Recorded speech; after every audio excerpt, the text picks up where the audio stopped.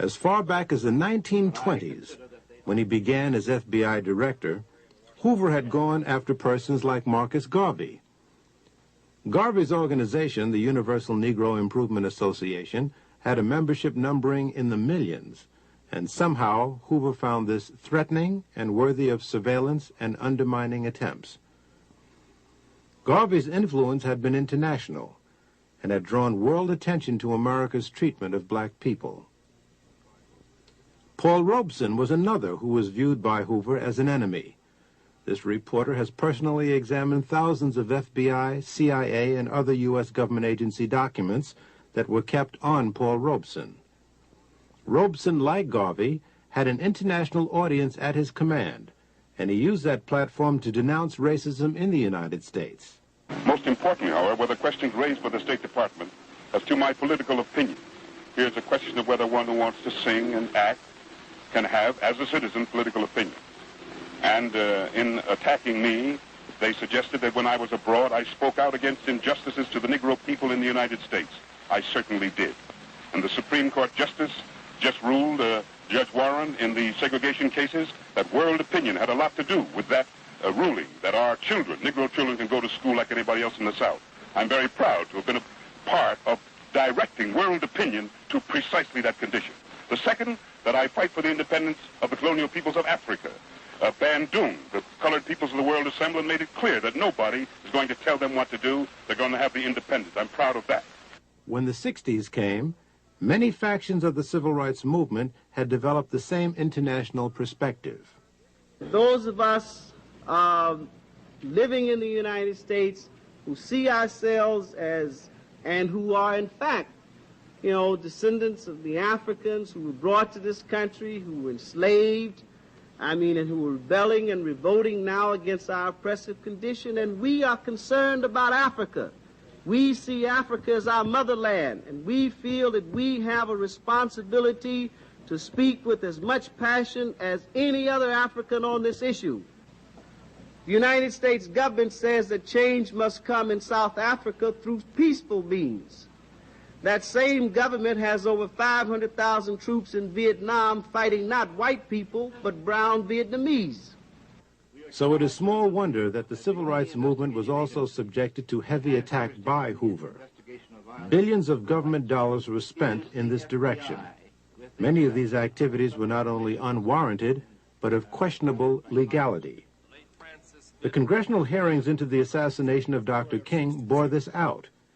2 FBI agents testified before a Senate committee chaired by Senator Frank Church.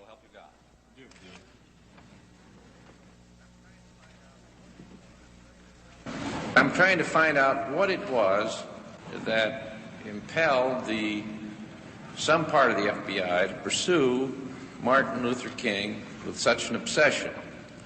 And what I understood that answer to be is, first of all, it was not any suspicions of the commission of a federal crime. None of the literature showed up a single suggestion that Martin Luther King had committed or was about to commit a crime. Is that correct? That's correct. Yes, Senator, but at this point, much of what was being done did involve challenges to local laws. And there is a very strong suggestion that King was seen as rallying the lawbreakers and would-be lawbreakers, albeit for a cause that sounded pure. I'm looking now in terms of, if we look at what might have gotten the Bureau started, and if we remember at the same time he is extremely critical of the Bureau's own law enforcement efforts. We see throughout these documents and the New Left documents that it is taboo to criticize the Bureau and particularly the director. Well, was he ever charged with fomenting violence? Did he ever participate in violence? Was it ever alleged that he was about to be violent?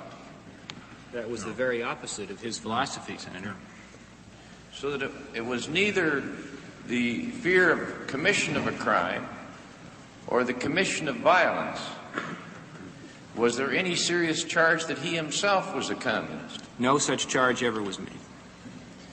So that what was left then was a decision on the part of some persons or person within the FBI that he should nevertheless be pursued.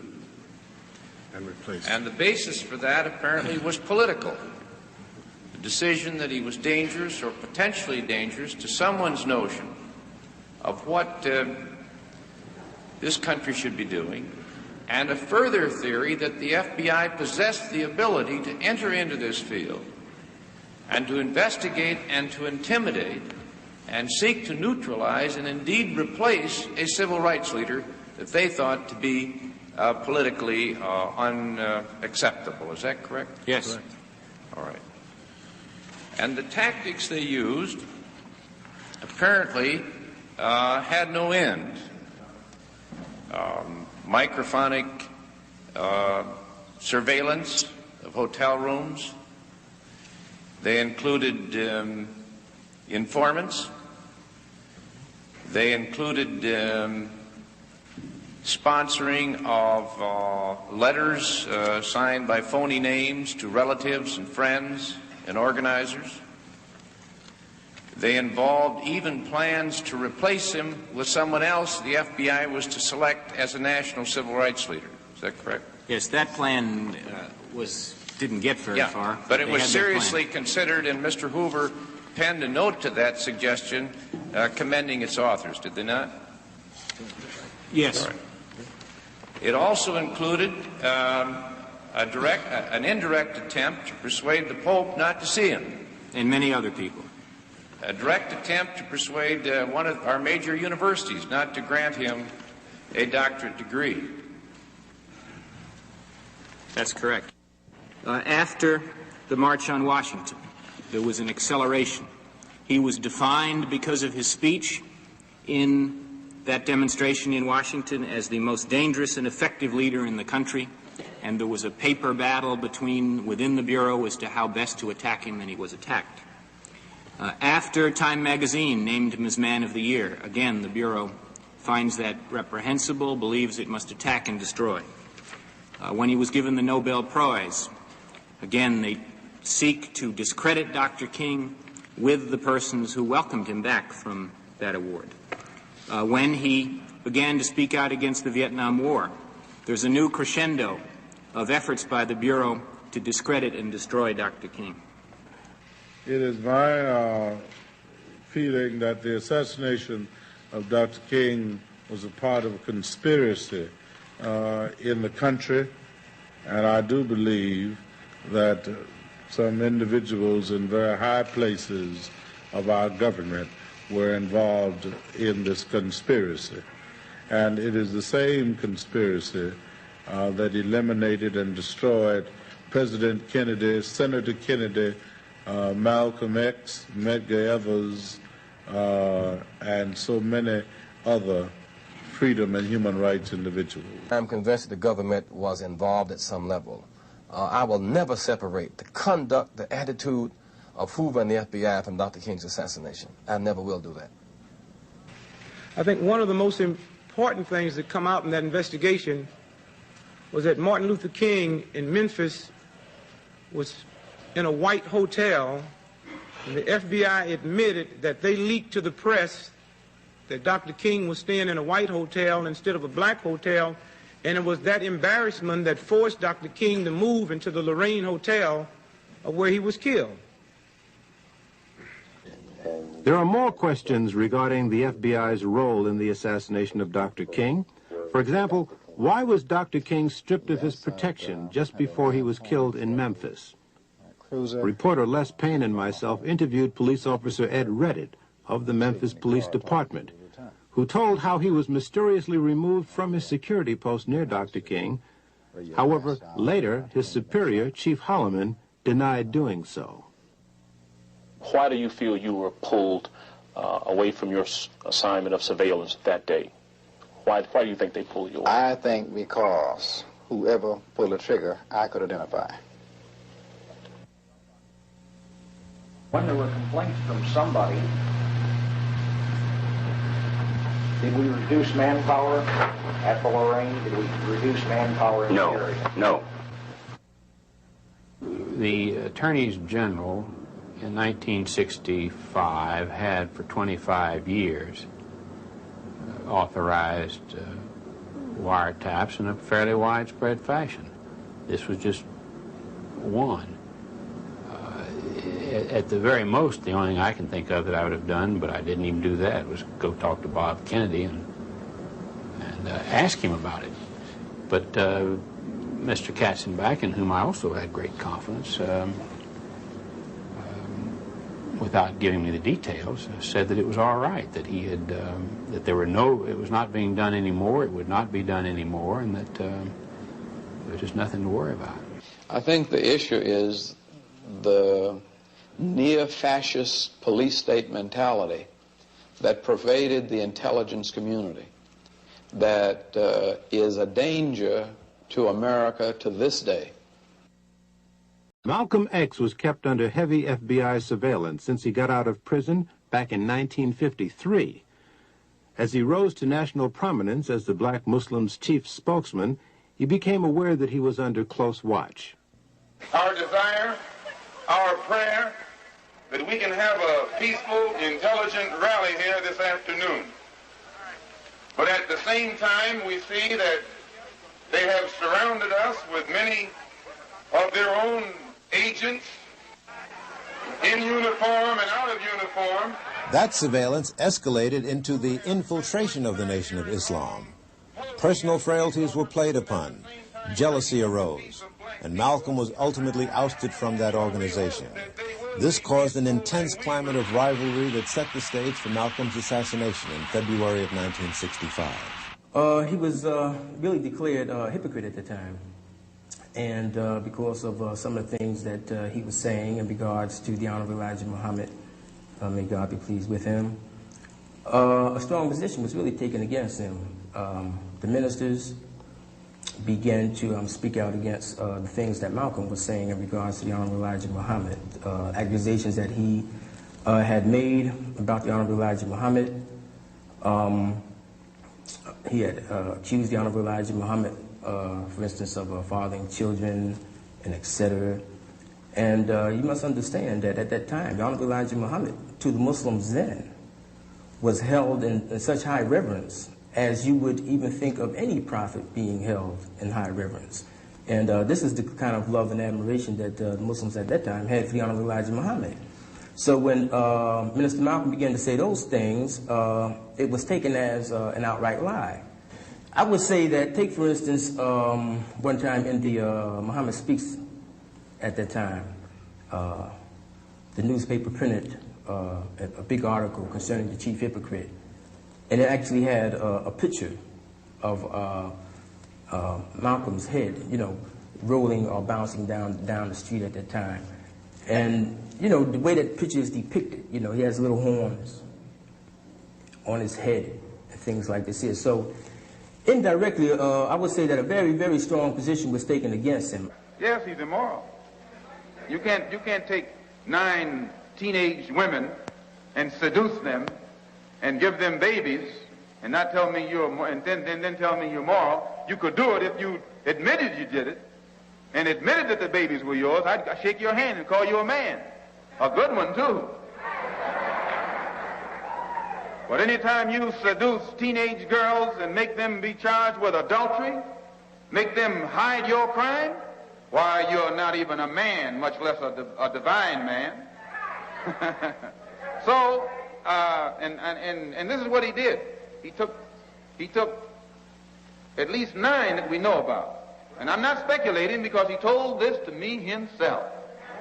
Yes, that's why he wanted me dead, because he knew that as soon as I woke up, I'd tell it. Plan of action was basically what took place. Me and Leon, we took seats down in the front of the Autobahn. We came early. We would drift into the Autobahn.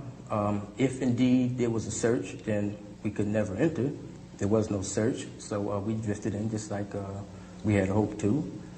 Leon Davis and myself took seats down front on the left-hand side. Benjamin and William, who carried the sort-of shotgun, sat right behind us, you know. And Wilbur sat somewhat in the back or almost in the middle. And our plan was, as soon as the brother came out to speak, that Wilbur would throw the smoke bomb to make a distraction, and that William would fire his shotgun, and that Leon and myself, we would fire our weapons, and then just break for the door. And without any further ado, I bring before you Minister Malcolm, and I pray that you and I will listen, hear, and understand. Thank you.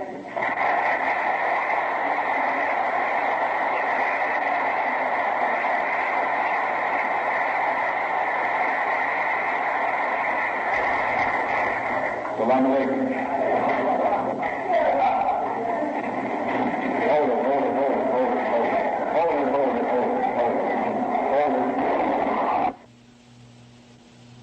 As in Dr. King's assassination, a police superior has trouble with the truth. He tells reporters that 2 suspects were arrested at the Audubon. Later, official police reports say that 1 was arrested. Also, listen closely as the police official carefully handles the question about police on the scene. We have 2 suspects in custody now. Where were they arrested? Who fired the shot? I wouldn't know that at this time. Where were they arrested, sir? One of these men was arrested on the street by one of our patrolmen close by. There were no police at this meeting, were there, Inspector? There were no uniformed policemen assigned inside this ballroom. No uniformed police on the scene. Does this mean that police out of uniform were there? And if so, why didn't they take action? What were they doing there? This behavior pattern rings a bell of striking similarity with the behavior pattern of the CIA overseas. The church committee produced cables, demanded and got cables, which proved it traced the CIA's plan to kill Lumumba. Sid Gottlieb got on a plane and went to Leopoldville. Headquarters sent a cable saying, use the poison. Gottlieb was couriering for the poison. Headquarters sent a cable saying, you have to use it promptly because it deteriorates. And they had a plan to try and get it into his toothpaste, or give it to him in a Mickey at some social function. And then there's a gap, and no cables, no explanation of what happened. Then 5 weeks later, he's beaten to death on an airplane. And unfortunately, though, the airplane was in the control of people who had agency cryptonyms. And the gap of what happened has never been answered. The men who were involved and were responsible obviously aren't speaking out, and there's no paper to prove anything. So perhaps the same tactics were used against the civil rights movement. Heavy infiltration of the ranks, spread the seeds of dissension, then step back and let the blood spill.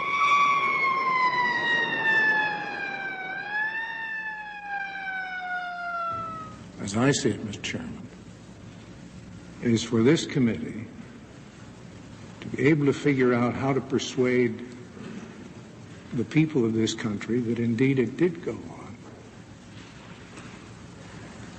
And how shall we ensure that it never happen again?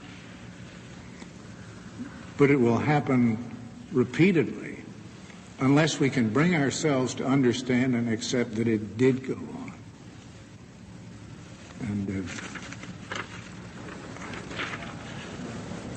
And I say that as one who worked as a United States attorney with the Bureau and have enormous respect for its capacities in the field of kidnapping, bank robbery, and a lot of other things, but am appalled to learn what if it's correct, the intelligence side of that Bureau was up to for so long.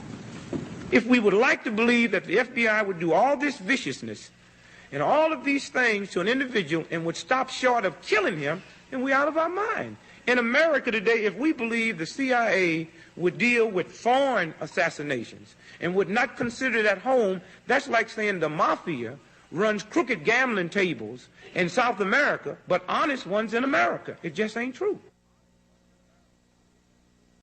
We've seen then how the decade of struggle ended.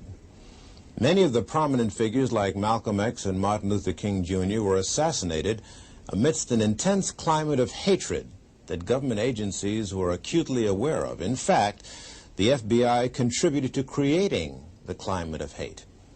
Moreover, the assassinations themselves appear to have been facilitated by an elaborate network of government and police agencies who were watching very closely every move that Malcolm X and Martin Luther King Jr. were making, and then at the same time they disappeared just as the assassinations occurred. But those were the leaders. What about the students, the troops of the movement? Well, they too are subjected to harassment. This document that you're looking at now shows how the FBI tried to divide factions within the Student Nonviolent Coordinating Committee. And the Black Panther Party was also subjected to heavy, heavy surveillance. We knew the history of the FBI's infiltration tactics in other organizations, particularly the American Communist Party. There was already a record compiled that showed that the FBI was even in charge of various branches of the Communist Party. So we understood that police tactic of infiltration. There was a situation where, in a sense, the white racism was its own victim. Like, for racist reasons, J. Edgar Hoover had not recruited black agents. He had a lot of white agents. And it takes time to train some black agents. In the meantime, those white agents, try as they might, were not able to infiltrate our ranks because the Black Panther Party did not have any white members, okay? And we relied upon people that we knew. And we kept people that we didn't know on another level. And I think this is why we didn't suffer more, put it that way, because they did catch up and start a crash program of recruiting black agents, and they very quickly filled that gap, but it took them about a year to do it. In the summer of 1978, I interviewed a man who worked as an informer for the FBI during the 1960s. His name is Darthard Perry, also known as Ed Riggs, also known as Bill Perry, also known as Othello. How were you paid? The pay was always in cash. Cash, and you would sign a card. It would go like this. A rendezvous or a drop-off point would be picked out either by yourself or the agent. You would meet the agent there. Usually it would be in a vehicle. You get in the vehicle, he would hand you the money. He would tell you first to count the money. He would tell you the amount while you counted it. If the amount was there, he would then bring out a card. On that card would be for the week of such and such. In other words, the week was dated. So-and-so has been paid the amount of. Then you would sign the card, and then the agent would sign the card. The reason for this is that if all of a sudden the IRS became very interested about where you were getting all this extra money from, you could always tell them to go back to the Bureau, and the Bureau would have your cards on file. I see. Were there such things as bonuses? Oh, yes. What were they paid for? Bonuses were paid for, suppose while you were meeting with, or you were at a meeting with Bobby Seals, Chulai of the Red Army happened to come to the meeting too, which is something which would be a new development. That's bonus time. In other words, a hot piece of information. Hot piece, very hot piece.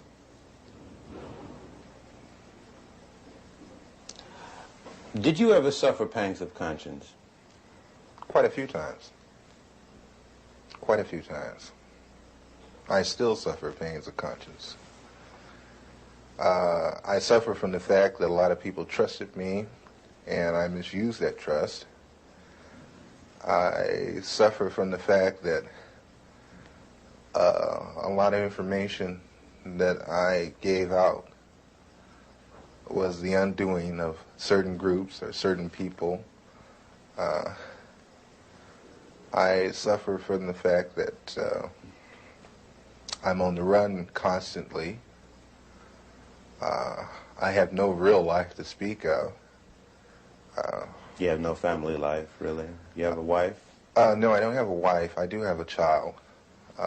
I can't see her that often. I have to stay away from them because once I come around, the Bureau shows up and harassment starts.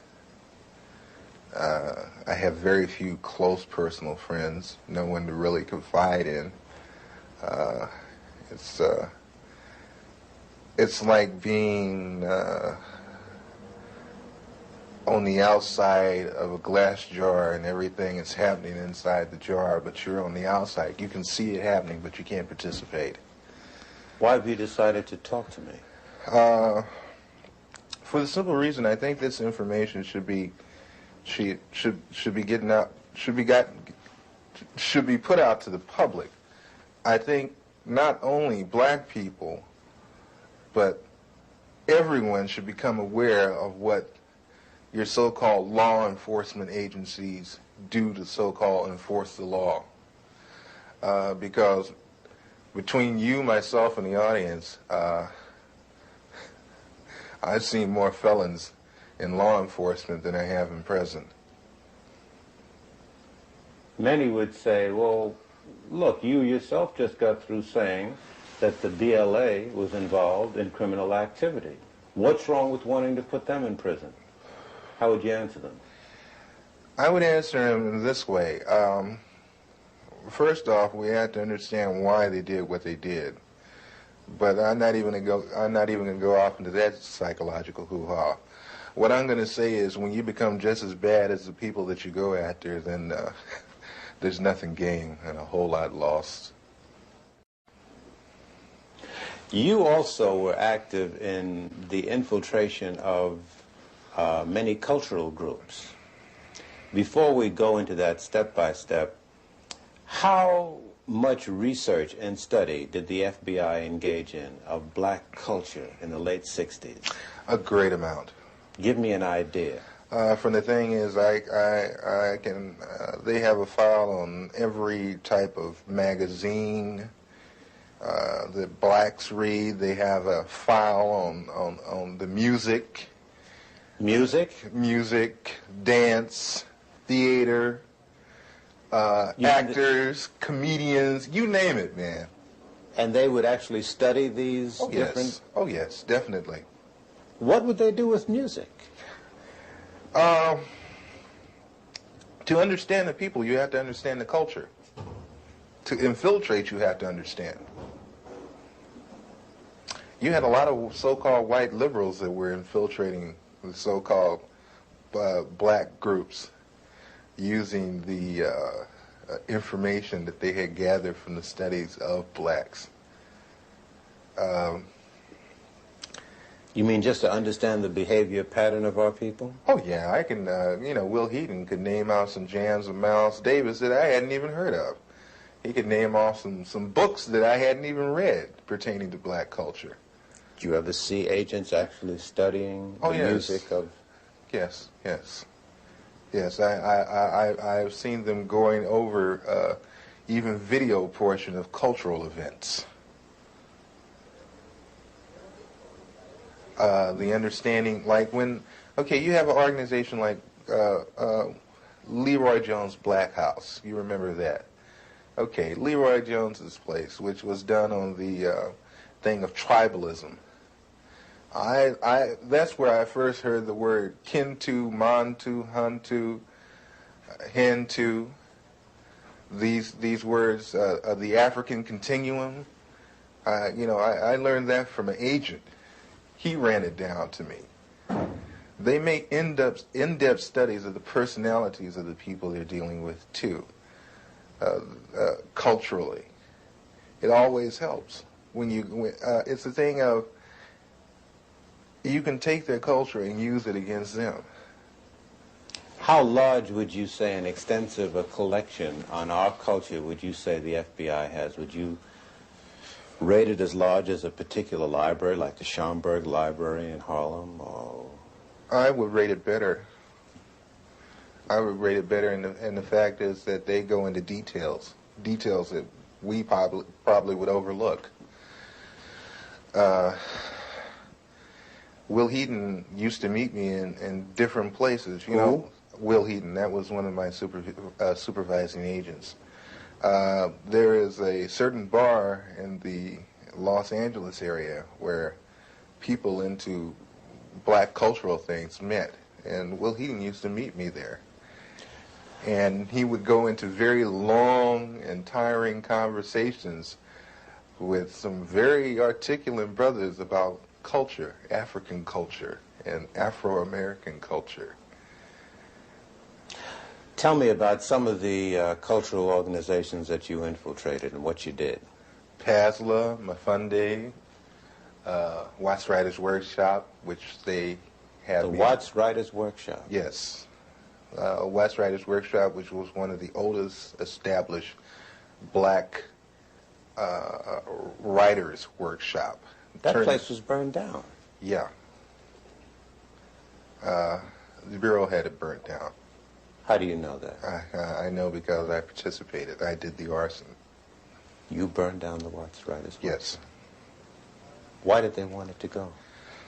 At the time, funding had been cut to the workshop, had been cut out, but it looked like there was a possibility of a grant being given back to the workshop. And if there was no theater, there would be no grant. How did you do it? 2 cans of kerosene, Purex bottle, gasoline, and a flare, highway flare. Why didn't you use more sophisticated stuff? Oh, no. No. You're never overly sophisticated. It's too obvious. This way you make it look like, you know, maybe somebody in the neighborhood that got kicked out of theater at one time got mad and came and burned the damn theater up, that kind of thing. But you were involved in this theater? I mean, didn't it get to you at all what you were? Hey, man, that got to me a great deal. I love that theater. I built the stage. You built the stage? Oh, yeah. When I got to the workshop, the stage that had been, the original stage that had been built needed an extension on it. The original part of the stage was in terrible condition. They had no lighting system. I put the lighting system in myself. I put the stage in myself. And that was a stage, man. And that was a theater. It's a nice theater. Who was the director of that workshop? Harry Dolan. Harry Dolan. Some very, very well-known artists supported that workshop, gave money to it. Some very well-known artists came out of the Watts Writers Workshop. You know, Glenn Tubman, Yaphet Kotto. Sidney Poitier used to come down there and give a class. Sammy Davis Jr. used to come down there all the time. Quincy Jones used to come there and give music classes. We had our own 8-track studio setup for sound. We had our own sound room there. Was part of your other activities and responsibilities to study the profiles of celebrities who were supportive of organizations? Definitely, and especially, like I said, psychological backgrounds, weaknesses and strengths. Did he have a weakness for blondes? Did he have a weakness for money? Did he snort cocaine? Did he smoke marijuana? They even get into, and that's one thing the Bureau loves, is their sexual background. They have files and files on different blacks, not only celebrities, but a lot of others, sexual activity. What would they do with this information? Oh, that's used as a weakness. So they would feed to these weaknesses? Yes. Did you see that happen? Oh, yes. Doc Holliday, who is one of the leaders of the BGF, Black Guerrilla Family, which is a prison gang in the California state prison system. Upon his release from prison, a certain sister made herself known to him at a nightclub. whereupon he moved in with her, and she picked up names, telephone numbers, information, you know, that kind of thing. That lasted for a good 3.5 months. Was this an unusual thing, or did this happen often? No, that happens all the time. Did you yourself get involved in doing that? Yes. Give me an example. There was a gentleman that was on trial in Los Angeles that belonged to the BLA that had been busted in a southern state for a bank robbery, but was brought with 2 other people to Los Angeles to stand trial for the machine gunning of a police officer in Los Angeles. I was supposed to worm my way into the affections of his sister, and whatever it took to get the information that I needed as far as what kind of defense they planned to use as to turn this information over to the federal prosecution. Did you do it? I got the information, and thank God I didn't have to go through with the actual thing of sexual activity. What do you mean, thank God? The sister was rather unappealing. How did you justify to the organizations in which you had infiltrated yourself that you were living on an $800 a week stipend or on an $800 a week standard of living when most of them were living hand to mouth? Well, hey, brother, you know, I'm hustling, you know. I mean, hey, man, you know, sell a little of this on the side, a little of that on the side. You know, I get over, you know, that kind of thing. In other words, ain't nobody's business but mine where I get the money. So, you know, everybody took it for granted that I was possibly doing a little dealing on the side. That kind of thing. Then also, everybody liked me for the simple reason that I would do things that I didn't have to do. I would go out of my way. You know, like Mafunde would have a pageant and they needed someone to do the sound setup for him, and I'd say, of course, I'll do it for you. You know, that kind of thing. I was very well liked at one time in the community. Would you say to American citizens that this situation of surveillance and infiltration continues to this day? Oh, yes. On the dimension that you experienced? Probably much larger by now. Larger? Oh, yeah. Let me put it to you like this. Each year, everything gradually escalated up more and more. So I figure when I left, it didn't stop escalating. As they say, one monkey does not stop anybody's show. You mentioned Sammy Davis Jr., who at one time, it was reported, gave money to the Black Panther Party, I believe. Were you ever assigned to look into that? Yes, I was told to try to get as close to Mr. Davis or to anyone in his office as I could. I used to go up and have real chit-chat, chummy conversation with his personal secretary, Ann, at the 9000 building on Sunset. And I used to bring a Portapac video camera, and I used to go around and I would videotape the whole office. You mean celebrities would be coming into his office and you'd film them freely? Oh, yeah. Didn't they question that? I'm from the Ross Writers Workshop. Yeah, right on, brother, you know, that kind of thing. No questions asked. Same thing with the NAACP Image Awards. You know, they were very interested in people like Sammy Davis Jr. There was another black in Los Angeles that they were very interested in because, not Los Angeles, but in Sacramento, Nathaniel Colley, who's attorney for the NAACP. And I know Nat. And they wanted information on him, just for the simple reason that he's an attorney for the NAACP, which makes no sense to me, but must make a lot of sense to them because they use the information. You've been called upon to testify in Washington. Before who? Before the Senate Committee. I was called first to testify before the Church Committee,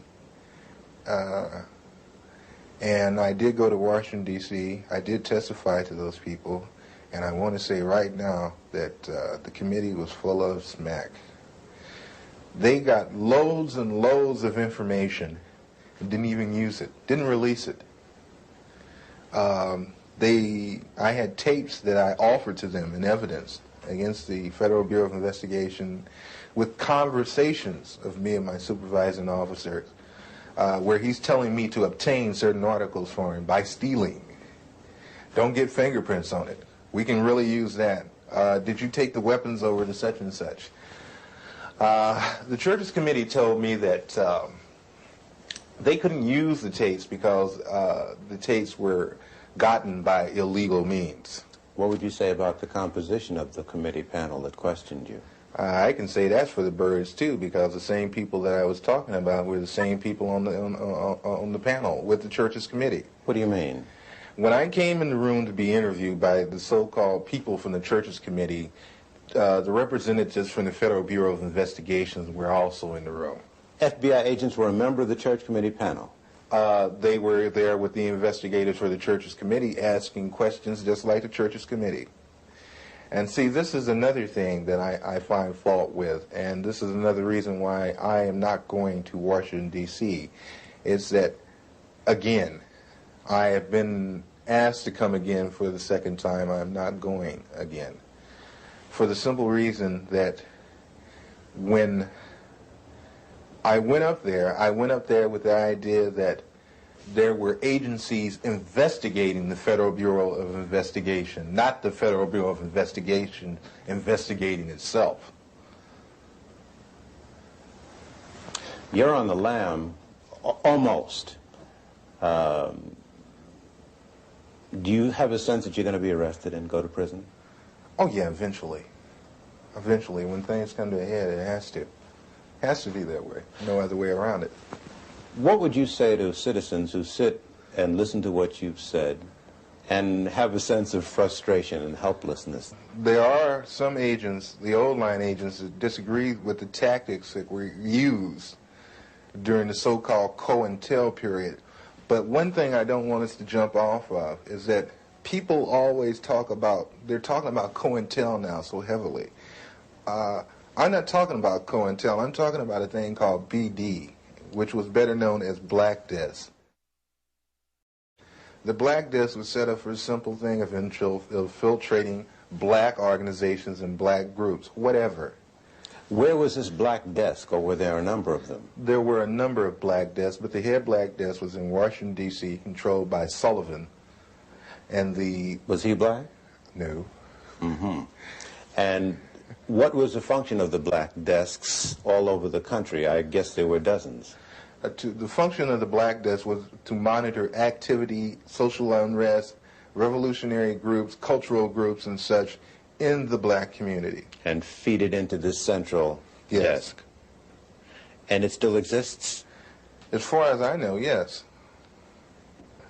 We've seen a number of investigations into the assassination of Martin Luther King. We've seen an extended police trial of the assassination of Malcolm X. What you seem to say substantiates what many black people say out on the street, that government agents or agencies knew that these assassinations were brewing and either participated in them or allowed them to take place. It would behoove black people, it would behoove all people, really, to question so-called the cut and dry one lone assassin theory. The Bureau and other intelligence agencies are very good at conspiracies. They are very good at setting people up to be killed. They are very good at making innuendos so the person will be killed. City police don't know about, because they have policemen in there. They don't let black people form anything without some policemen in there. And while I was in the black Muslim movement, over the black Muslim movement, many of the police who were sent to infiltrate us, they're black, would tell me, say, look, I'm a cop, but I have to come. They would tell me. I knew the Muslim movement was full of police. So don't you think anything is going down that they don't know about. The only thing that goes down is what they want to go down. And what they don't want to go down, they don't let it go down. Something else was used against the students that drove the final nails into the coffin, killing the movement. What stopped it, of course, almost dead in its track, and not by any accident, was a widespread and deliberately organized widespread use of drugs.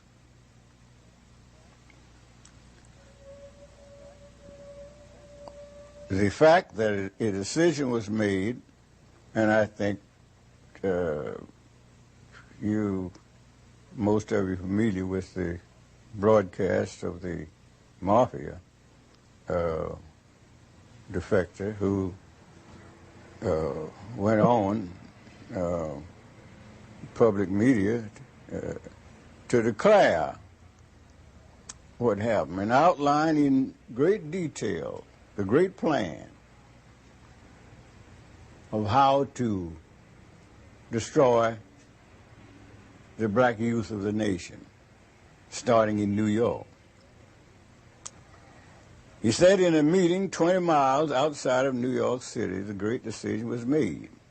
He said he didn't have to guess about it, and those who heard him know that I'm quoting him almost verbatim, because he was there. And the decision was to concentrate the distribution of drugs on the black youth of the nation, starting in New York. Starting in New York, beginning in the elementary school, and that to punish, even on the pain of death, any of the distributors who invaded the white community or predominantly white schools. That New York and other large cities were to be divided up into districts. The district commander, black, was to be given any kind of car he wanted, Mercedes, Rolls Royce, anything, because this would be a part of the sales pitch. Said blacks just love fine cars, and he'd drive around through the community in his fine car, and some of his key assistants, and he'd be identified, he'd be known, and that sort of stuff. And so the stories, I'm not going any further into it. But thus it began, and the spread over the country. And we fell for it. Now, one thing was important. That the thing to attract the blacks, more than any other thing, more than the drug itself, but to spread the word, have a number of key young people in it, and to spread the word that this is the end thing. So that'll get them. Just say it's the end thing, and they'll brave the fires of hell to be a part of the end thing. So that's our story of the decade of struggle. We put together this film to pay particular homage and tribute to the extraordinary young people of that era. And we give the story to our young people of today in particular, in the hope that they'll stop and think about much of the negativism that they're caught up in nowadays, and try to understand why. I did it.